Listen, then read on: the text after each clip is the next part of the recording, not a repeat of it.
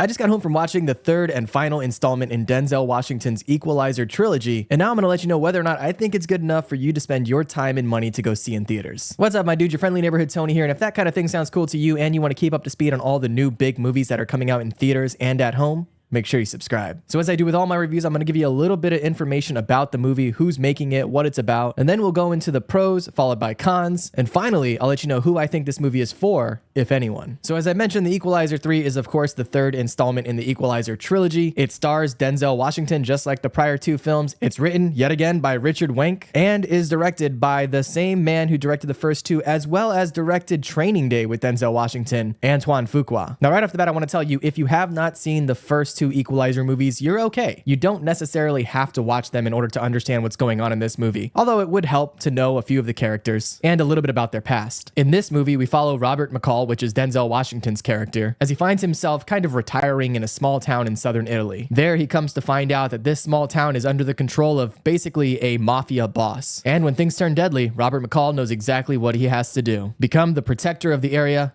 and take on the mafia. Now, The Equalizer is a staple in what I've come to call the middle-aged man action hero genre. And although you may prefer other movies in that genre, whether it's John Wick or Taken, or even the Extraction movies now with Chris Hemsworth, Antoine Fuqua as a director knows exactly what he's doing here. And him and Denzel have yet to turn in anything less than good when it comes to The Equalizer. So to get more into the pros with this movie, I love the way they shoot the action and the fight scenes here. And particularly in this movie, you see Denzel's character has gotten older. He's pushing 70 at this point. And so you can't have him just punching and kicking and doing backflips like he would have done when he was 20, 30 years younger. It's also not like something you might have seen in Taken, where it's just, headshot after headshot. You get a feeling that Denzel's character enjoys murdering these bad guys in creative and really brutal ways. If it was real life, then he would absolutely be pretty demented. But either way, it's super entertaining for action fans or even slasher fans. In fact, there are several scenes in this movie, one in particular that comes to mind, where Denzel is straight up a horror movie character like Michael Myers or Jason. If you look at it from the perspective of the villains,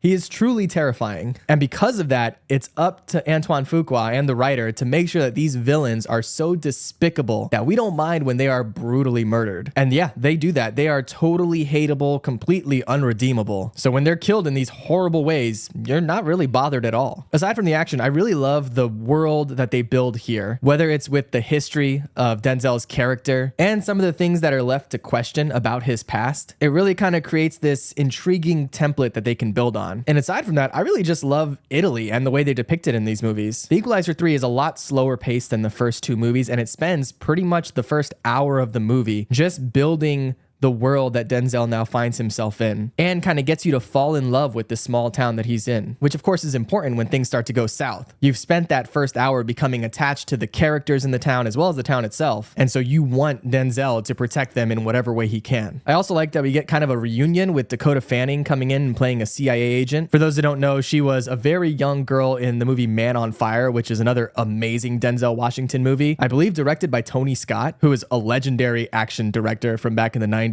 So it's cool to see them back together again. But overall, this is a pretty simple, straightforward action movie. And unfortunately, it's not without its cons. But before we get into the cons, I want to let you know that this review is sponsored by you. That's right, just by watching the video, you're helping me out, which I greatly appreciate. If you really want to give a boost to the channel, go ahead and drop a like on the video, or just leave a comment down below. Let me know your thoughts about Denzel Washington, The Equalizer, or any of Antoine Fuqua's other movies. Whatever you want to say, commenting down below really helps the algorithm. Finally, if you want to keep up to speed on all the movies that are coming out in theaters and at home, go ahead and subscribe. All right, so now for the cons, and I'm gonna get a little nitpicky here, so bear with me. I kind of touched on it before, but the first thing you have to do when going into this movie is suspend some disbelief. Denzel Washington is pushing 70, and although he looks great, there's no denying that, it does become harder and harder to believe that he's actually going in and murking all these 20-something-year-old mafiosos. But at the same time, shout out to Antoine Fuqua for doing it in creative ways that make a bit more sense than they would otherwise. Still though, it is far-fetched, but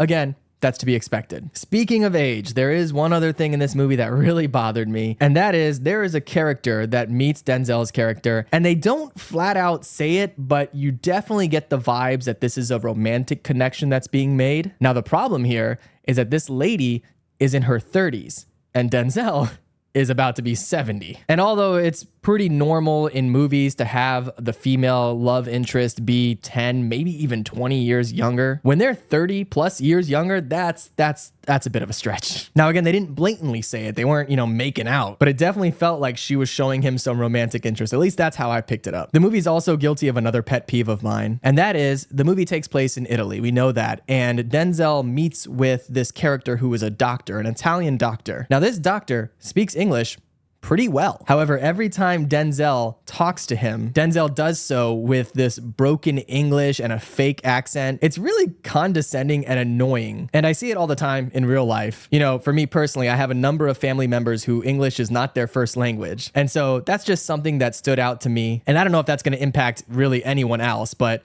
it is just annoying when you have this one character who's speaking perfectly fine English, and then this native English speaker basically goes full caveman broken English whenever they speak to them. Can we stop doing that in movies, please? Another thing that I felt that they came up a bit short in is Dakota Fanning's character. Although I was super excited to see her in this movie, I feel like they really didn't give her enough, and her story arc kind of took away from what we really wanted to see in the movie, which is Denzel kicking ass and saving these people in this small town. It felt like they were trying to do something on a grander scale, but ultimately it just kind of got in the way for me. But again, these are just my pet peeves. Overall, I think The Equalizer 3 was a very good movie. It's my second favorite in the franchise. I still don't think you can touch the original. And although it is a totally predictable action thriller and is significantly less action-packed than the first two movies, I think it does a great job building on the character of Robert McCall, and it gives him a solid send-off. So if you're a fan of the first two movies, a fan of Denzel just doing his thing, or if you're just looking for an easy-to-digest action movie to watch as the summer winds down, maybe check out The Equalizer 3 in theaters. And if you want to keep up to speed on all the new big movies coming out in theaters and at home, make sure you subscribe. All right, I'll catch you in the next one. Be good.